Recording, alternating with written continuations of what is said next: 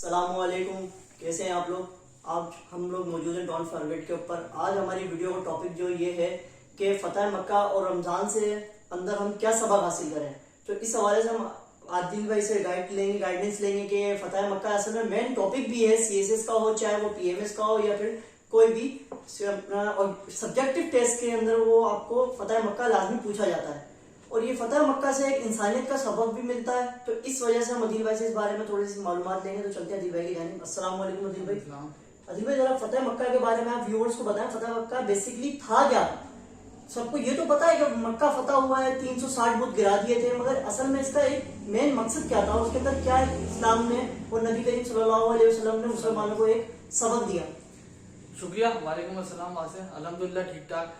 سب سے پہلے تو اپنے ویورز کو رمضان المبارک، کافی لیٹ ہوا لیکن دیر آیا درست آیا۔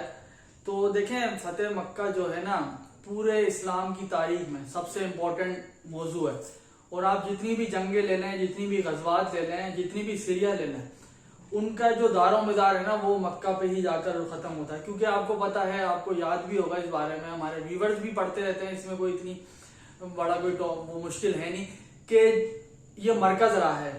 مکہ جو ہے پورے عرب کے جو جتنے بھی مسلم تھے، نان مسلم تھے، ڈس بلیور تھے، ان کا سب کا جو ہے یہ مرکز رہا ہے، اور یہیں سے سارے کاروباری معاملات سب کچھ چلتے تھے۔ اب دیکھیں، ہمارے ماشاءاللہ علماء کرام نے اس پہ کافی ساری چیزیں ڈسکس کر چکے ہیں، اور ہمارے ویورز بھی جانتے ہیں اس میں، اس لیے ڈیپ میں جانے کی ضرورت نہیں ہے۔ میں نے 3 چیزیں فتح مکہ سے جو ہے نا سمجھنے کی کوشش کی ہے۔ وہ کیا ہے؟ سب سے پہلی چیز تو یہ ہے کہ ٹالرنس، نبی کریم صلی اللہ علیہ وسلم نے جو ٹالرنس کی ہے پورے اس پیریڈ میں۔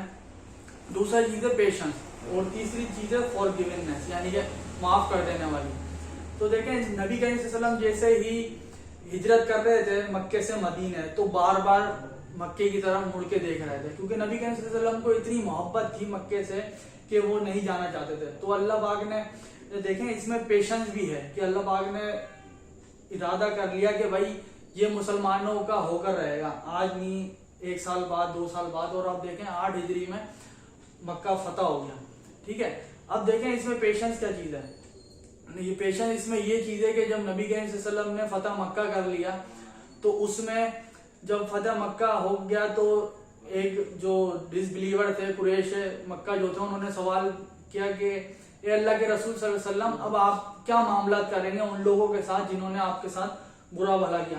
اب یہ دیکھیں، یہ تاریخی جو ہے نا جملہ ہے، اس پہ جو ہے نا شاید پوری انسانیت کو سوچنے کی ضرورت ہے، خاص کر مسلمانوں کو، اور جو نان مسلم ہیں ہمارے بھائی، چاہے کرسچن ہو چاہے ہندو ہو، جو بھی ہوں۔ اب یہ دیکھیں، جو یہ کہتے ہیں کہ اسلام جو ہے وہ امن کا مذہب نہیں ہے، اب جیسے ہی نبی کریم صلی اللہ علیہ وسلم سے یہ سوال ہوا کہ بھائی اسلام، اب آپ کا کیا رویہ ہوگا، تو اب دیکھیں اس میں وہ لوگ بھی شامل تھے جنہوں نے نبی کریم صلی اللہ علیہ وسلم پر نعوذ باللہ کچرا پھینکا، ان میں وہ لوگ بھی شامل تھے جنہوں نے نبی کریم صلی اللہ علیہ وسلم کو نعوذ باللہ غلط الفاظ، غلط جو لفظ ہیں وہ استعمال کیے، ان میں وہ لوگ بھی شامل تھے جنہوں نے نبی کریم صلی اللہ علیہ وسلم پر پتھر برسائے، ان میں وہ لوگ بھی شامل تھے جنہوں نے نبی کریم صلی اللہ علیہ وسلم کی ذات کے بارے میں طرح طرح کی غلط الفاظ، غلط باتیں استعمال کی، ان میں وہ لوگ بھی شامل تھے جنہوں نے نبی کریم صلی اللہ علیہ وسلم کو غارِ سور میں مارنے کی پلاننگ کی تھی، ان میں وہ لوگ بھی شامل تھے جنہوں نے ساری جنگوں میں نبی کریم صلی اللہ علیہ وسلم کو قتل کرنے کا ارادہ کیا، ان میں وہ لوگ بھی شامل تھے جنہوں نے نبی کریم صلی اللہ علیہ وسلم کو پوری زندگی اذیتیں دیں، ان کے گھر والوں کو، سارے معاملات کو، لیکن انہوں نے ایک جملہ کہا جس پہ پوری کائنات کو بند کر دیا، انہوں نے کہا جاؤ تم سب آزاد ہو۔ اتنا بڑا ظرف، اتنی بڑی پیشنس، اتنا بڑا صبر آپ دیکھیں کسی لیڈر میں نے تو اپنی تاریخ میں جتنے بھی میں نے تاریخ پڑھی ہے، میں نے شاید نہیں دیکھا اتنا بڑا۔ اب دیکھیں، جیسے ہی فتح مکہ ہوتا ہے تو حضرت بلال حبشی رضی اللہ عنہ، نبی کریم صلی اللہ علیہ وسلم نے ان کو کہا جائیے اذان دیجیے، کیونکہ نماز کا وقت ہو چکا تھا۔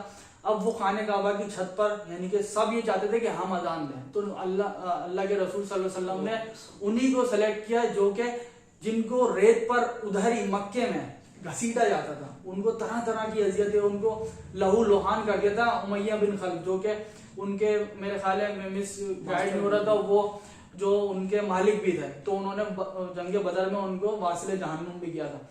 تو ان کو حضرت بلال حبشی. اب یہ دیکھیں جب نبی کے صلی اللہ علیہ وسلم طواف کر رہے تھے نا فتح مکہ کا, تو آپ کو یہ سن کر حیرانگی ہوگی. دیکھیں ہم نماز پڑھتے ہیں تو کس کی طرف, خانہ کعبہ کی طرف ہو کے نماز پڑھتے ہیں, لیکن اللہ کے رسول جس طرف جاتے تھے نا حضرت بلال حبشی اس طرف ہی اپنا منہ کر لیتے تھے. تو اس سے کیا انداز ہوتا کہ نبی صلی اللہ علیہ وسلم اور خانہ کعبہ کی اہمیت یہ آپ دیکھیں. اور اس کے علاوہ سب سے امپورٹنٹ بات, یہ پوری دنیا کی تاریخ کی جتنی بھی جنگیں ہوئی ہیں پہلی جنگ ہے جس میں کوئی خون خرابہ نہیں ہو.